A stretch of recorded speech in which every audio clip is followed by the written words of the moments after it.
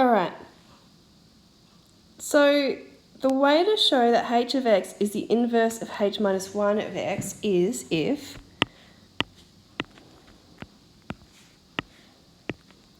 h of h minus 1 of x equals x and h minus 1 of h of x also equals x. Okay. So we're trying to do h of, and h minus 1 of x was f minus 1 of g minus 1 x.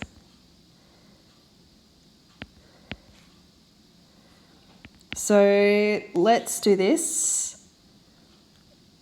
H is g of f of x, yeah?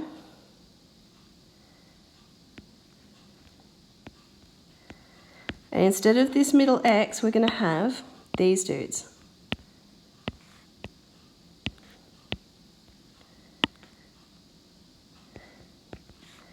Notice how we've got f trying to unwrap an f minus 1 straight away. They cancel each other out.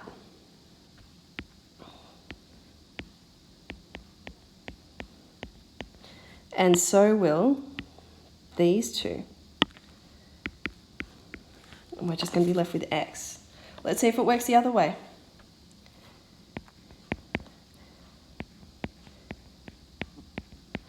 So h minus 1 of h of x is h minus 1 of, and then h of x was g of f of x. Now h minus 1 was f minus 1 of g minus 1 of x. Well, now it's going to be g of f of x. That's trying to unwrap that first.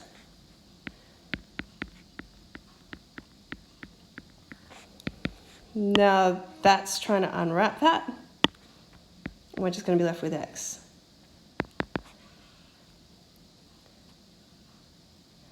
Which means we ended up with h of h minus 1 of x equals h minus 1 of h of x.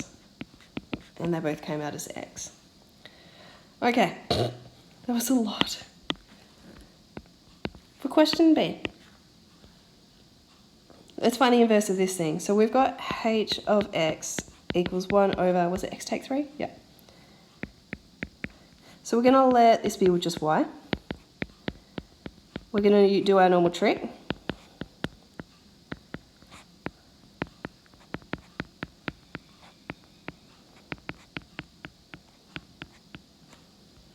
Okay. If I want to sketch these, by the way, you don't have to, I just want to. 1 over x take 3 is this one. And 1 over x plus 3, no, I'll put that there.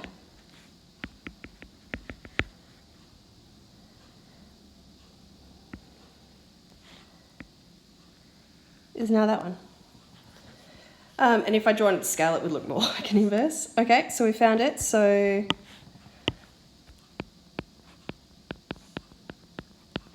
the inverse is 1 over x plus 3. Good. And C.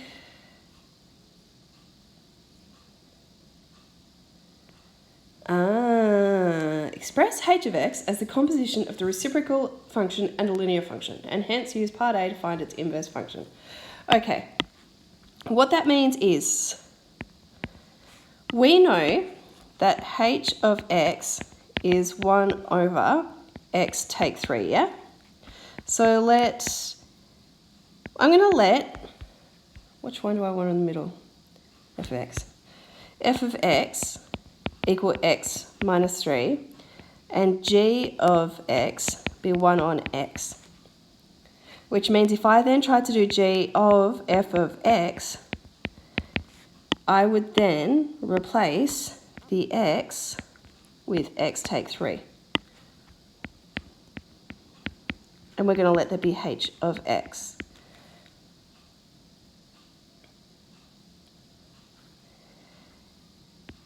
if this is f of x, then f minus 1 of x is going to be, we would have y equals x take 3, x equals y take 3, x equals y x plus 3. No. Yeah.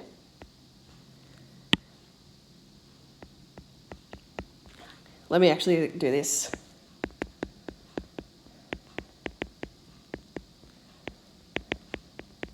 Yeah, okay.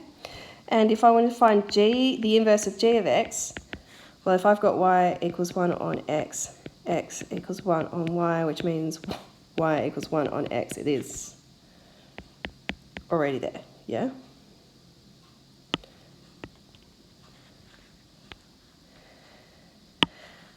So now if I want to find h minus 1 of x, in part A, they said h minus 1 of x is this thing. And we proved it ourselves. So f minus 1 of g minus 1 of x is f minus 1 of g minus 1 of x was 1 on x. F minus 1 is x plus 3, so now we've got 1 on x plus 3, which, yeah, is the h of x that we came up with in the previous question. H negative 1 of x that we came up with in the previous question. So see how we got 1 on x plus 3? We got it here as well by composing them, transposing them, composition.